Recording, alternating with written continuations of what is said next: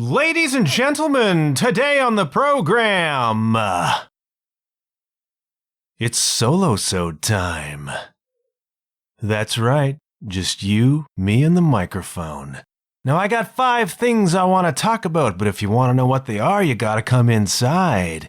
And you can't come inside until we unlock the door, so hey, Denny boy, do the good people a solid and roll intro!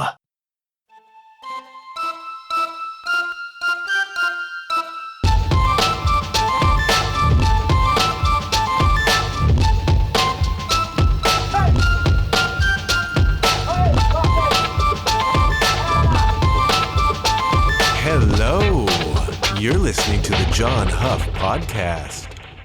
Oh, yay.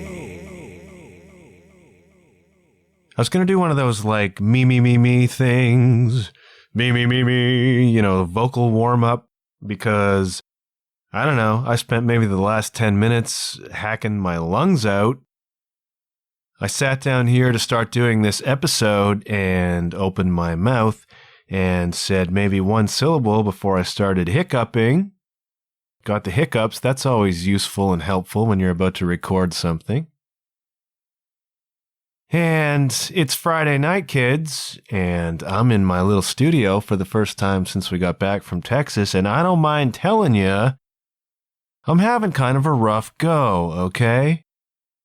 Now, coming back from tour is always a little bit tough for me. I think it's probably tough for a lot of musicians, but for people like me who are side players, it can be tough coming back from the road if, as is my circumstance, you don't have a lot on the horizon.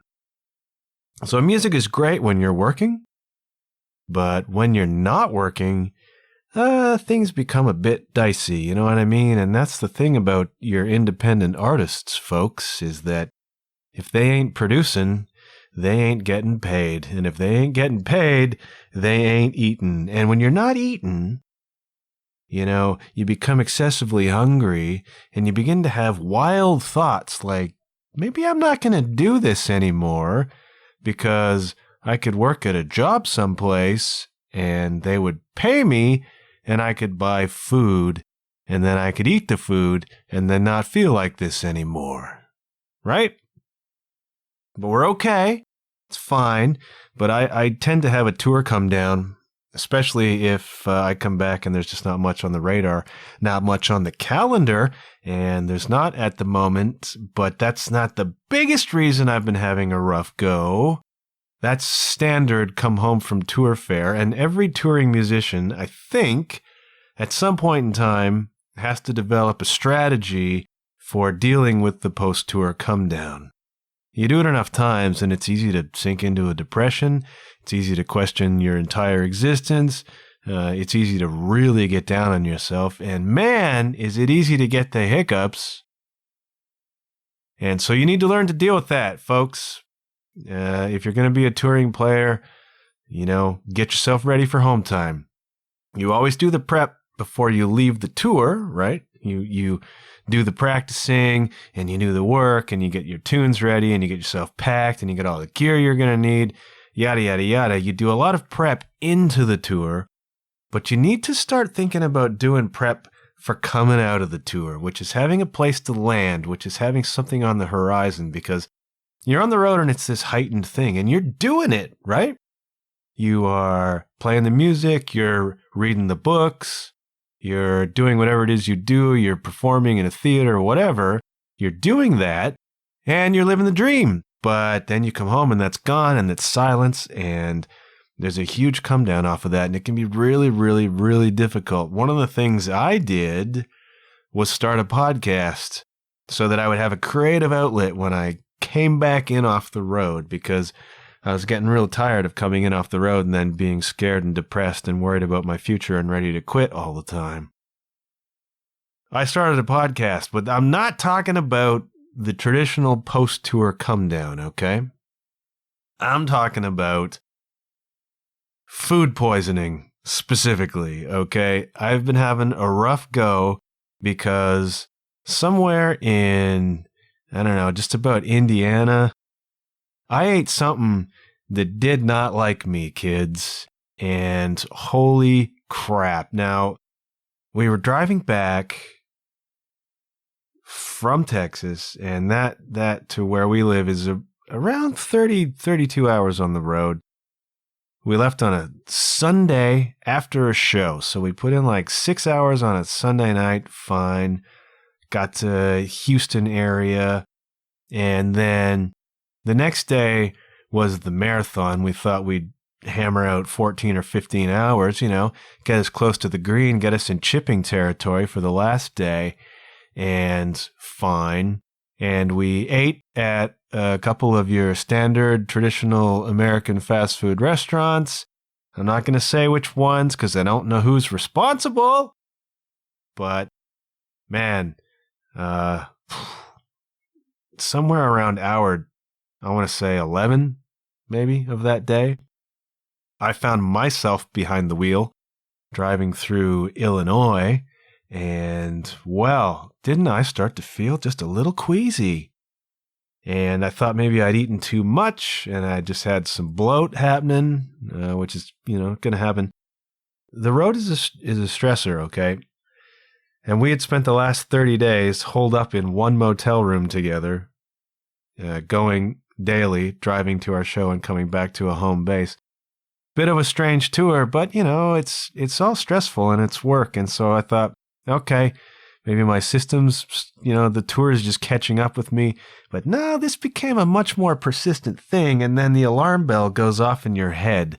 Like, we might have a problem here. And I'm not sure which end will be ground zero for this thing. You know what I'm saying? I know that's TMI. I'm trying to be a little bit diplomatic about this, trying to keep the G rating for this, but I began to know that I might have a problem. And I'm driving the van. I'm on the interstate, and it's the middle of the night, and I'm feeling more and more queasy, and then I got to pull over.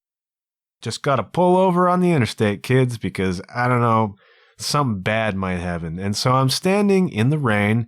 It's always in the rain. On the side of the interstate with big trucks whizzing past me and the whole thing. And just a little bit terrified about the mess I might be about to make and fall into. Nothing happened. So, okay, it passed and I got back in the van and we drove on. Actually, I believe Sarah took the wheel at that point because I was not in good shape. Long story short, we got to the hotel and mayhem. I made a beeline for the hotel lobby bathroom. Hotel lobby bathrooms, by the way, are the great secret of touring. If you're uncomfortable doing your business in the hotel room with the bandmates, and some people are, hey, we're all private people. Hotel lobby bathroom. You scout that the second you walk in the door, you know where it is. And it's your own little private refuge from the band, okay? That's just my pro tip for you, kids, all right? I made a beeline for the hotel lobby bathroom. I was in there for a substantial amount of time, basically exploding. It was horrendous, and, I felt really, really a lot better for about 10 minutes after that happened, but we got me to the room, and then we got me in the room, and God bless Ken the Zen and Sarah. They were so sweet to me, looking after me, trying to help me in any way they could. And, once you kind of get it out of you, you hope that that's it. Like, you hope you're a kind of a one and done kind of food poisoning person. This is my second go at food poisoning. That's twice in about 22 years, all right? This is not a regular thing for me. In the first case, it was not a one and done. The second case, it was not either. And I spent, I kid you not, the worst night of my life on earth. In that hotel room bathroom, all night, just exploding. And I felt so bad for Ken and Sarah because, it's loud. I can't hide it, and it's embarrassing, and it was absolutely horrendous. I've never been so sick in my freaking life and hope never to be again. The problem is you hope to get a good sleep. Maybe you'll kick this thing, but you spend all night in the bathroom upside down and you're not kicking anything. And so morning cometh and we still got some meat on that bone, folks. We got 8 hours of driving to do and we got me exploding. What are we going to do about that? And I could not hold the band back. They wanted to get home. They had to get home. Sarah and Ken were both boarding a plane in 2 days for Punta Cana, and I couldn't hold them back. So we got me some meds that we hoped would help. I am not Catholic, but I crossed myself, and hopefully I did it the right way, and got in the van, and whoa, rough ride, folks. Like the last 8 hours of a 32-hour drive after a month on the road, those are going to hurt anyhow. You know, it just hurts. Your body hurts from sitting in the seats. And then you've got, on top of that, just extravagant waves of nausea. Top choice nausea. I will give the nausea A+. And exploding and just kind of sitting in the back seat surrounded by gear, just kind of rolling back and forth in a kind of agony. Half hallucinating. It was a rough trip, folks. It was a rough trip. We made it. And I've spent the last 2 days sort of recovering. I'm not exploding anymore, thank heaven. I got some sleep. I'm feeling better. And it leads me here to Friday night in my little studio and a solo-sode that I'm going to call 5 Things. And I'm doing this because I had a rotisode done and I listened back to it and Ken the Zen and I just sounded like zombies on this thing. It was getting near the end of the tour and I think we were just low energy and low output and I'm not sure what I'm going to do with that rotisode, but I'm going to hold it for now. But the show must go on, you know, and I'm inspired by the great William Burr, old Billy Freckles himself. And, you know, that dude, I love his podcast. Bill Burr's Monday Morning Podcast is great. I listen to it all the time. And, man, he knocks out 2 episodes a week. Rain or shine. He's on the road more than I am, busier than I am, far more important than I am. And, you know, that dude knocks it out. He sits down and he does it. And I don't know how, but he's a gifted and experienced entertainer, and I suppose that comes through. I'm just a drummer and a writer, okay? I do my best, but I'm doing this because the content must go, and it's Friday night, so 5 things. And my whole story about exploding leads me to the first of 5 things I'm going to talk about, and I'm calling this One Good Thing, okay? And the one good thing that I'm giving you this week is that I'm eating solid food again. And I'm drinking water and keeping it down. And if that is not the greatest simple pleasure on earth, then I don't know what is. Now, there was a moment in the last day of our trip home when I was in the back rolling around and I was so thirsty I could not believe it. And, you know, when you're throwing up like I was, dehydration quickly becomes an issue. Kids, you got to drink your water if you got food poisoning, okay? And it sucks because the water's probably coming back, and it did. And that was not fun. I will not lie about that, but I was so thirsty.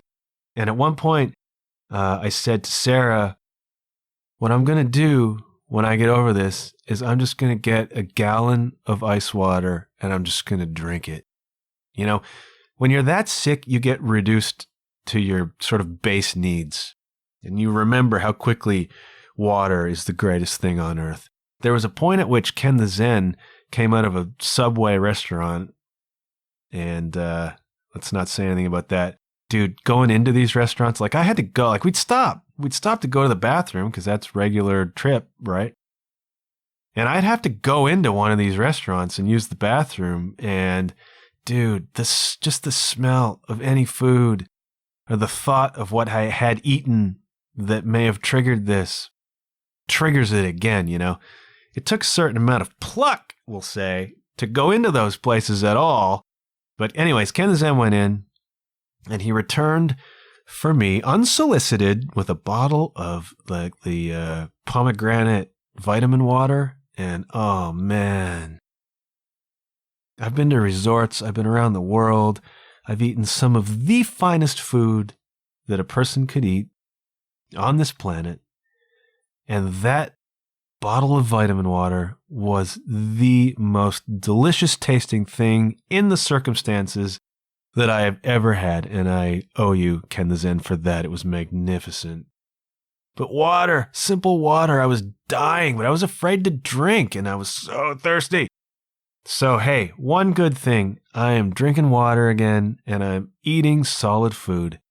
And you count your blessings, friends, because when food becomes your enemy, you got yourself a problem. So I'm healthy enough to eat again, and that is a magnificent, wonderful, one good thing. So if you're listening right now, the object here is for you to think of one good thing, all right? Because there's lots of crap things. There's lots of things to complain about. Think of one good thing that's in your life right now that you can point to and say, well, you know what? It's going to suck today, as Lewis Black said, but I got this one good thing. One good thing is I'm eating and keeping it down, and I'm not sick anymore.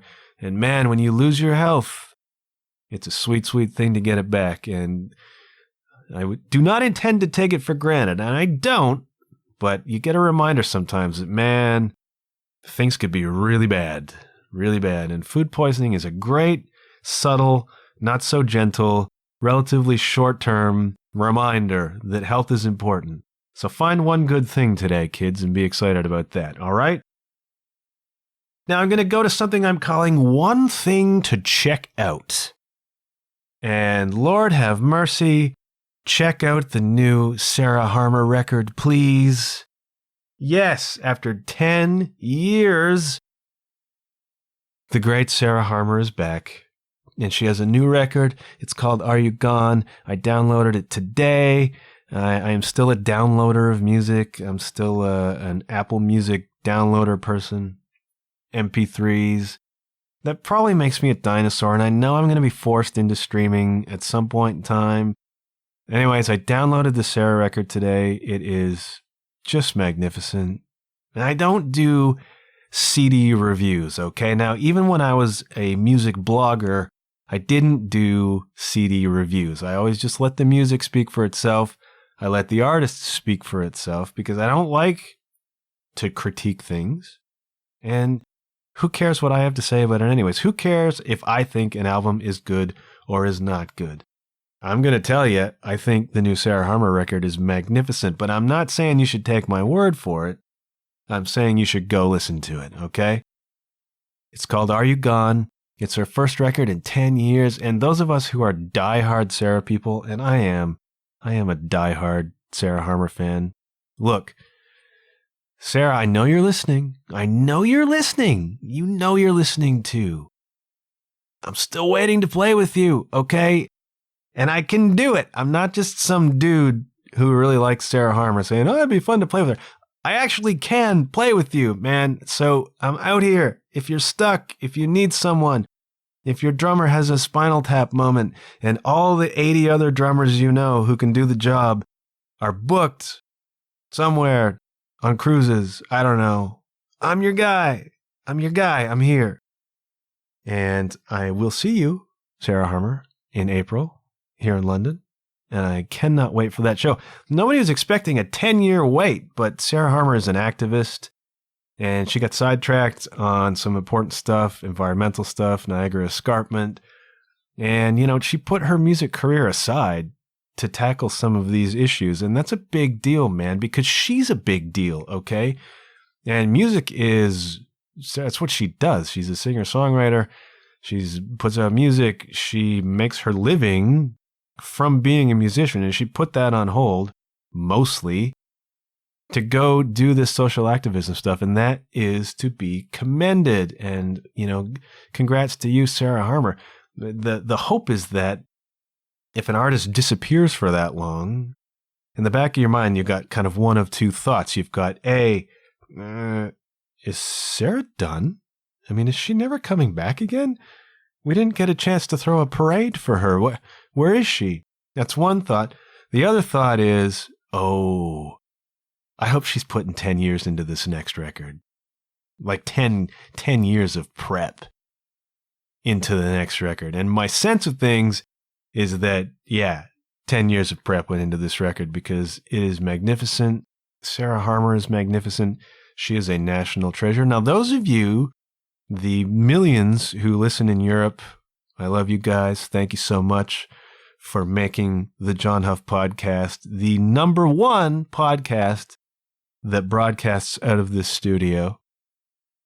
Some of you don't know Sarah Harmer. Now, she is a Canadian singer-songwriter, folk rock leanings, brilliant lyricist, wonderful, understated singer, interesting melodies, tons of hooks.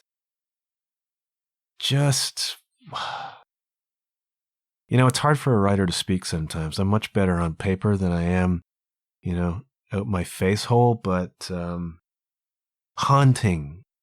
Sarah Harmer writes these wonderful, delicate, haunting, dark songs, brooding songs that are so beautiful.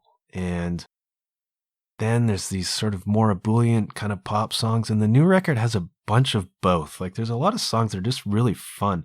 Like straight up bangers, like a couple of rock songs on here. Great deep pockets. I don't know who played drums on this thing, but I want to find out because he and or she or they did a great job. And the songs are so good. And it's a bit of a relief, It's a bit of a relief when somebody returns after a hiatus like that. And you wonder, has the person still got it? But it is signature Sarah Harmer. It is a wonderful record. And I'm excited. I'm so excited that she's back. And I'm going to say it again, Sarah. I'm here. I'm waiting. Have sticks, will travel. I have several pairs of premium drumsticks in different weights, and I have brushes, and I have mallets, and I know you love Jason Tate, and so do I, and I learned to play mallets by watching Jason Tate and shakers. So hey, Sarah Harmer, I'm your guy. If you ever need anybody, I'm your guy, okay? So do check out the new Sarah Harmer record, Are You Gone? It is terrific, and I would play some of it on the show right now, but if you're a podcaster and you play music on your show, and you've got hundreds and hundreds of thousands of downloads like I do, usually you get into weird copyright trouble, and I need to dig a little deeper into that and see what I can and can't get away with. Incidentally, not to be all squirrel on you here, but I do want to start playing some indie music on this show, okay? So if you're an indie band out there, hit me up, talk to me, send me some of your music, and we'll get some written permissions going, and I may play some of it on the show in the future, okay? I can't play Sarah Harmer because I don't want Sarah Harmer to sue me. I want her to hire me. So it's on all the places, your Apples, your Spotifys, your YouTubes. There's 2 singles released, New Low, which is a banger, and St. Peter's Bay, which is a beautiful song. And you know what? Like 10 years ago, 11 years ago, Sarah Harmer headlined the Home County Folk Festival here in London, Ontario, which I've been lucky enough to play on the main stage twice, and it was a hoot. And I remember at that time, Sarah Harmer was saying that she was working on some new stuff, and everybody went crazy. And she was expecting to release that in the near future. This is a decade ago, and I'm pretty sure St. Peter's Bay was the song that she played as an example. So this song's been sitting there for that long, waiting to finally be revealed. It has been. You can find those videos on the YouTube device. They are terrific. Sarah Harmer gets my highest admiration, my highest recommendation. Now, speaking of bands that are back after hiatuses? Hiati? Speaking of bands that are back after a while, the tremendous Archers of Loaf have returned. The Loaf are back. Do you know The Loaf, man? 1990s, indie alt bands, out of tune, loud, crazy. The quintessential college band, the Archers of Loaf, based out of North Carolina. They released a bunch of records in the 90s. They were a pile of fun. I saw them at the Embassy in London. Terrific stuff. Eric Bachman, the singer-songwriter, who went on to be Crooked Fingers and release a bunch of solo records. And anyways, The Loaf were a cult band. People who loved The Loaf really loved them. They were so much fun. Great band. And they just popped up a couple months ago like, hey, we're doing a bunch of shows and maybe we're going to make a record. It was like a little teaser, right? And everybody went, what? And this week, man, The Loaf released a brand new single called Rally Days. It is a toe tapper. It is vintage Archers of Loaf. It's a great song. Go on the YouTubes. Go on the Facebook. Follow Archers of Loaf and find Rally Days because it's great. The Loaf are back. Sarah Harmer is back. And we are still waiting, kids, for the brand new King's X record, which is coming. We hope sometime this year. And it's like, it's a dream, man. The Galactic Cowboys returned 3 years ago. It's like my heroes are all coming back. It's really, really fun. But Sarah, magnificent. Catch her on the tour. There's a bunch of tour dates coming up all across Canada and dipping into the States. Go see Sarah Harmer. Man, get into this girl. She is really, really something, okay? So that's two things. We had a good thing that I'm eating. We had a thing to check out, which is Sarah Harmer, with a bonus, Archers of Loaf, Rally Days. Next, we're going to talk about an inspiring thing. Because this is still a motivational podcast, I know I've gotten away from that language. I don't talk about it as much anymore. I'm trying to be a bit subtle. But I want you to be inspired, kids, and what I've chosen to inspire you today is our old friend Seamus Evely. Remember Seamus? Seamus was featured on this program early on in our run here.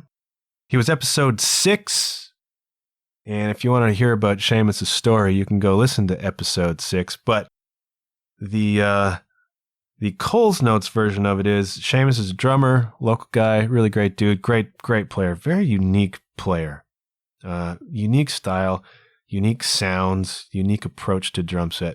Very, very, very cool player and a great dude. And he started a podcast because, you gotta start stuff. You gotta start stuff. People will sit around talking about starting stuff, thinking about starting stuff, sit around complaining that nothing's happening. You gotta make things happen. Seamus was in that boat too. Needed to do something. Needed a creative outlet, man. And so he started a podcast that he called Drum Gab, and he started interviewing drummers. And Drum Gab became one of the top drumming-related podcasts on the web, on the interwebs. Seamus turned Drum Gab into a thing, and, because he's a talented dude and a bright dude and a committed dude and a passionate dude, and he turned this little show into a super pro production, and he started getting big-time drummers on there. I was even on an episode. So, right? And then some lesser guys like, Tommy Igoe.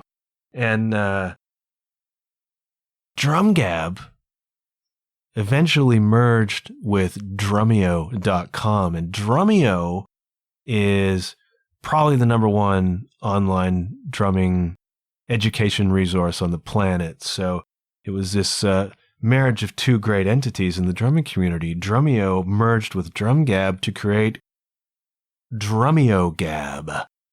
And so Seamus went from a small independent kind of workshop deal up to the bigs, and he's got now production with Drumeo, and he's creating all this great content for them. And the podcast is now kind of, it's It's a Drumeo entity now, so he's part of that family. And, a few weeks ago, he's at the NAMM conference in LA, which is the big music industry gear trade show. Certainly the biggest in North America, probably the biggest one in the world. Everybody's at this thing except this guy until somebody decides to endorse me for something and send me there, which I will happily go and interview people for you at NAMM. Like, I can do that. You've heard my show. And so Seamus is down at NAMM and he's interviewing Ash Sohn and he's interviewing like big time drummers down there in LA doing the thing. And this weekend, as I record this episode, Seamus is in Vancouver working at and attending the first Drumeo festival. Now, I'm giving shout outs to everybody here, okay? I'm giving shout outs to Drumeo, to Jared Falk and all these dudes out there who built this thing from the ground up and created this fabulous business, super resource, and all this wonderful drumming content, and has really built a community around Drumeo. Those guys are doing great work, and, kudos to them for building this thing and then taking the next step. Okay, we're going to have a festival, all right? And we're going to have Tommy Igoe and his trio come in and play. We're going to have Jojo Mayer come in and play.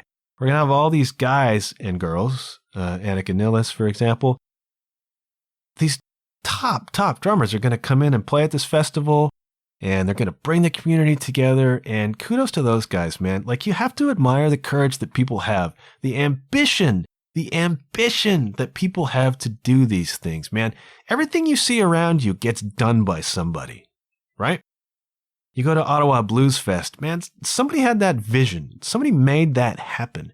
And a lot of the times when you're the person or people who are making that happen, you're taking all the risk, man. You don't know if you're going to fall through the ice. It takes a lot of courage. It takes a lot of optimism, and it takes all kinds of work to make that happen. So kudos to Drumeo for building that thing into what it is, and kudos to them now for having this festival, and kudos to Seamus Evely, who is out there right now as part of that family and interviewing people and creating more content as part of that festival. That is an inspiration. It's an inspiration to me as I sit here with my little podcast now, millions of downloads and everything, but you can always get bigger. And, it should be an inspiration to anybody who wants to do anything. And it should be the evidence that I keep talking about, that good things happen when you put yourself out there. Seamus put himself out there. Started a little podcast, gave it his best, took it seriously. And look, 3 or 4 years later at what happens when you put yourself out there. Same as the Drumeo guys, man. They just started building an online resource. They had to have the courage in their own playing, their own ability to teach. They had to figure out the technology. They had to figure out the marketing. This thing grew and grew and grew, and they had to figure out how to manage staff and financing and yada, yada, yada. You can do what you want to do.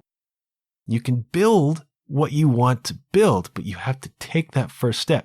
And if you're like Seamus, you take that first step and look at the walk he is on now. So one inspirational thing today, kids, is the Drumeo Festival, which is probably over by the time I publish this, but, go on YouTube and I'm sure you'll see all sorts of coverage, or go to drumeo.com. Follow Drumeo Gab and Drumeo on the Instagrams and everywhere else, and you'll see the footage from this. A fabulous event. So be inspired by that. I'm inspired by that. And I need inspiration, man, because I've had food poisoning. And it kicks you down, and you begin to feel bad, and you begin to doubt yourself. I spend a lot of my time doubting myself, and when I look at people like Seamus, when I look at Jared and the Drumeo people, I think, those are the examples, man. Those are the examples. If you have what President Obama would call audacity to try something and see it through and give it your best, amazing things can happen. So be inspired. and look for inspiration, okay? Remember, I'm giving you my stuff here as an encouragement for you to look for your own stuff. Look for your own thing that's good. Look for your own thing to check out. Look for your own thing that's inspirational. Identify those things. Figure out why they resonate with you, okay? Next up, one educational thing. Ooh, right? Motivational podcast. The guy with the hair is going to get all weird now. One educational thing. It's the concept of permission, okay? And, this comes directly out of my experience this week because I had a message posted to the John Huff Facebook page, which I know you've all checked out and I know you are all liking. Click that like button, kids. And I got a message there from Ron Dixon, a new listener to the podcast, right? And Ron said some awfully nice things about what he had heard so far, and I do appreciate that. Man, the encouragement certainly helps. Thank you.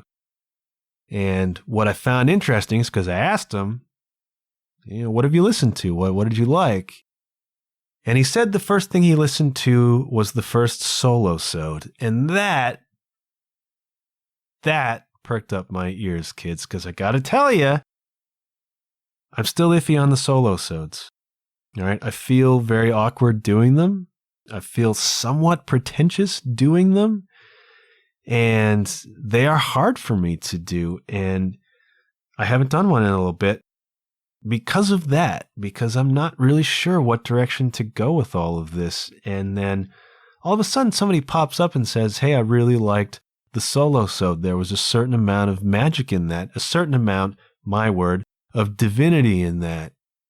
And all of a sudden, it creates a permission, right? It creates an allowing. And sometimes you kind of need permission from someone to do the thing you want to do.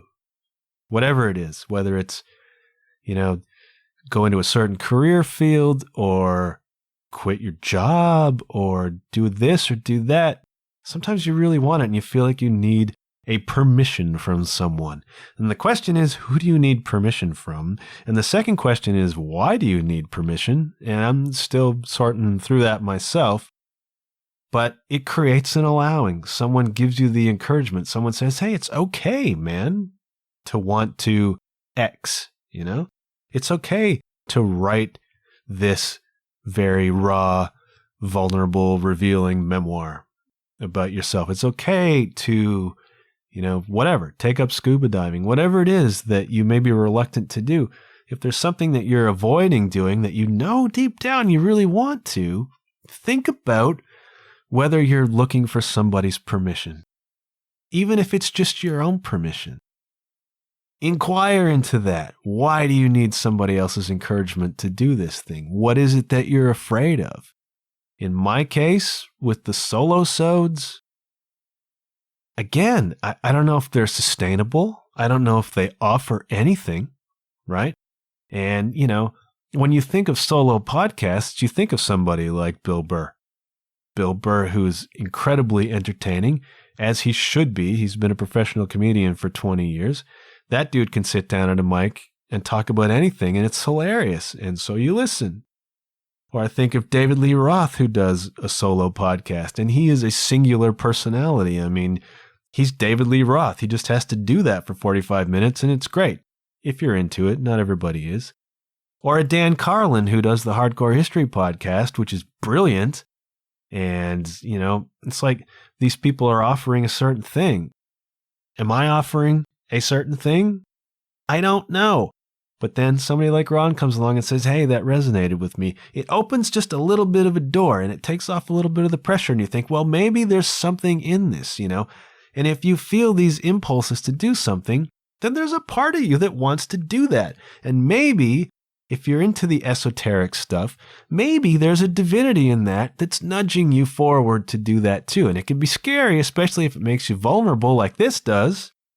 Sitting here with the hiccups on a Friday night, talking to you, that might make me a crazy person. But somebody out there saying it was cool opens the door maybe just a little bit. So, hey, think about where you're looking for permission in your life, okay? Seriously, think about that. What does it mean, and where is it coming from? And what can you do about that, and do you actually need permission? You don't. Usually needing permission from somebody is just a convenient way to avoid making a hard decision, right? And you try to put that on somebody else, take it off your own shoulders, pass that cup, pass that buck, as it were. Think about that. Think about where you're looking for permission from people, all right? Thank you, Ron, for that. And if there are other people out there, I've had great feedback, I should say, from other people as well on the solo episodes, and it means a lot to me. I appreciate it so much. And if this is resonating with you, I would like to know. Thank you, because I don't know. You work in a vacuum sometimes. Podcasting is a bizarre. I do a lot of bizarre things. Blogging and music blogging and, podcasting, where you put content out into the ether. And I don't know, is anybody out there or not? I know the stat sheet, millions of downloads, but those could be bots, like the people who buy all the tickets for concerts. That's bots and Ken the Zen. Ken the Zen is a master at getting tickets. He should write a book about getting tickets. Anyways, that's an aside. So an educational thing is this concept of permission. Think about where you're looking for permission in your life, from whom and why, and do you actually need it? Now, we're getting to almost 42 minutes, which means we got ourselves an episode here, kids. So I'm going to end with one funny thing, because it's good to laugh. And the funny thing is going to be Tom Papa's new stand-up special, You're Doing Great. Do you know Tom Papa? Did you ever watch The Marriage Ref? He was the host of The Marriage Ref, which is kind of a funny show at times. Anyways, Tom Papa's a cool dude, good stand-up special, topical, observational. He's a clever dude, and I like clever comedy. I like angry comedy. That's your Lewis Blacks. I like clever comedy. That's your Tom Papas. That's your Chappelle's, etc. And I like your bizarro, insane comedy, which is Maria Bamford, my current comedy queen. And Maria, I want you on my show. You are my favorite. And I know you're trying to reach me. I'm not that hard to find. So please, Maria Bamford, come on my program. We would love to talk to you.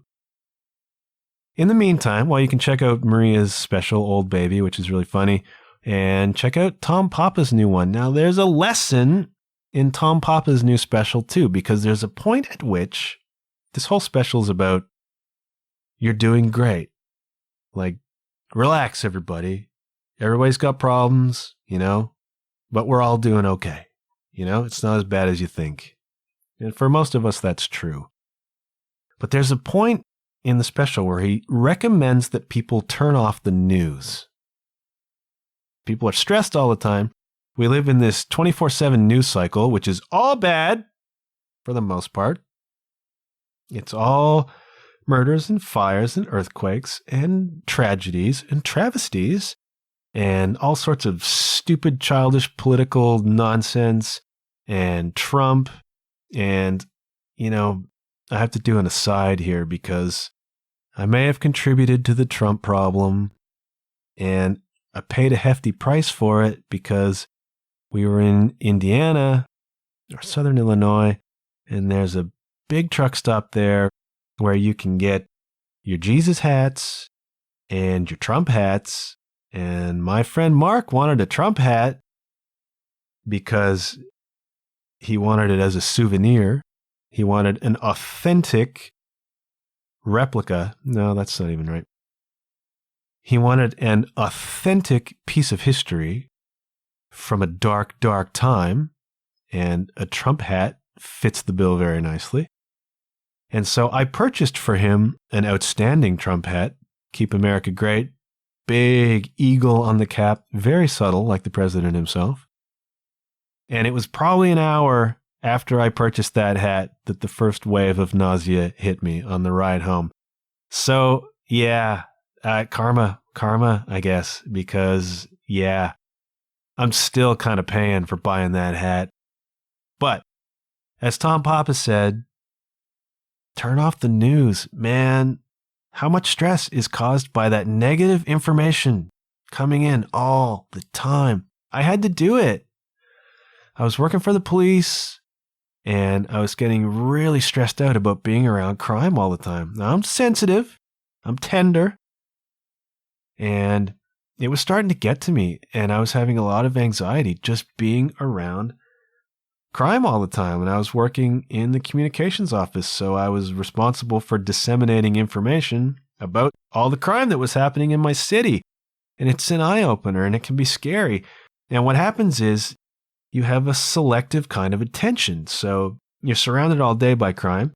You turn on the news, you're surrounded all the time by crisis, by fear, by negativity, and very quickly your whole worldview becomes that. You think that's all there is, when it's a small, tiny proportion of the information that's available. But the news just spits it at you over and over and over and over.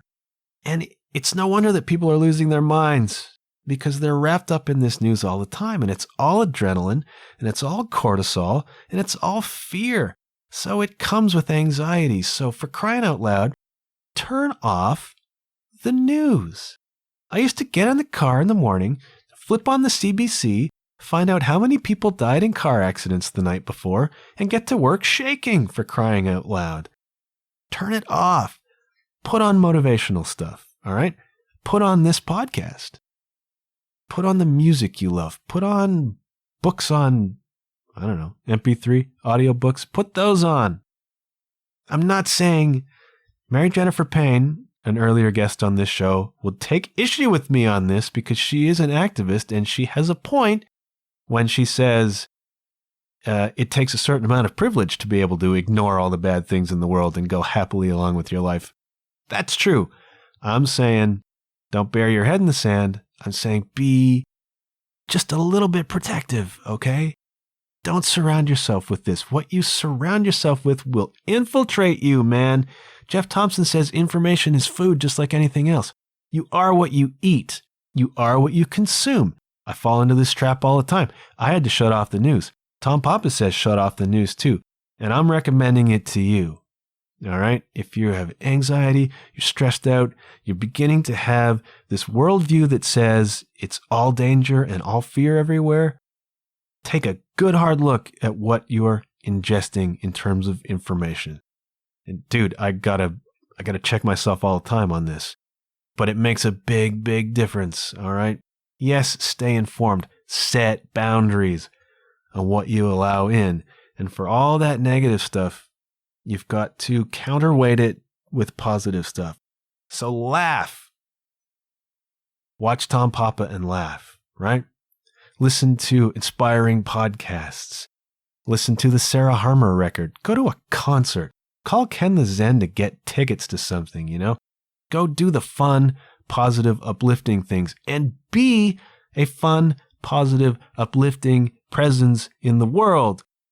I'm trying to do that right now, because I'll tell you straight up, I ain't been in a great mood, kids, all right? And I did not want to trundle down here to my little studio on Friday night, not sure if I could keep my dinner down, to do a podcast.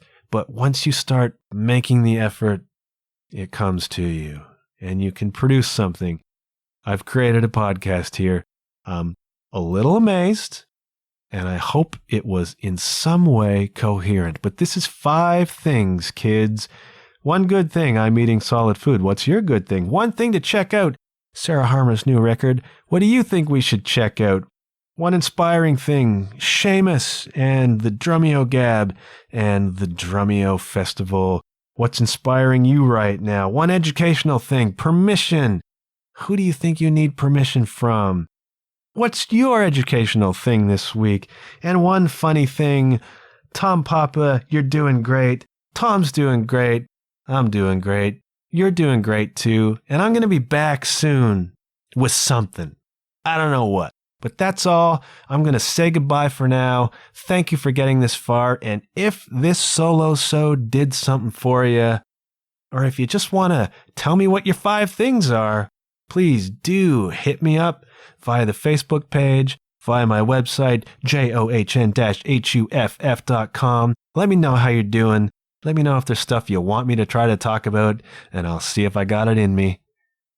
I'll see if I got my dinner still in me. And I will talk to you next time, kids. Until then, bye for now.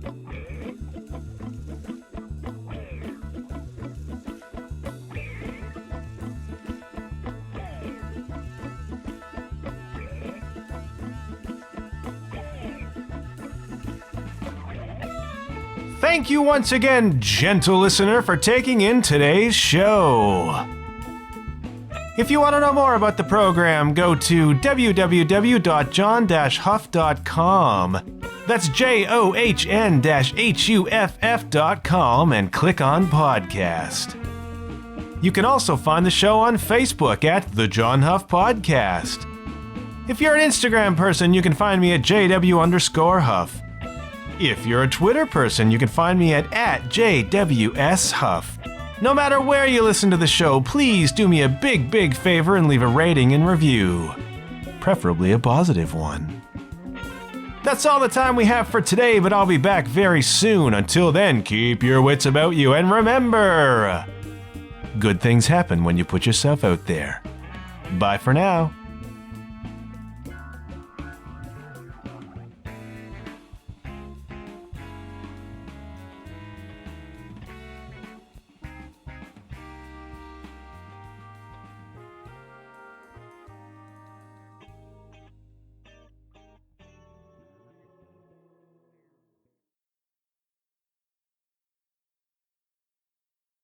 I was about to sing Home Sweet Home by Motley Crue, but it seems to me I've already done that at the end of an episode.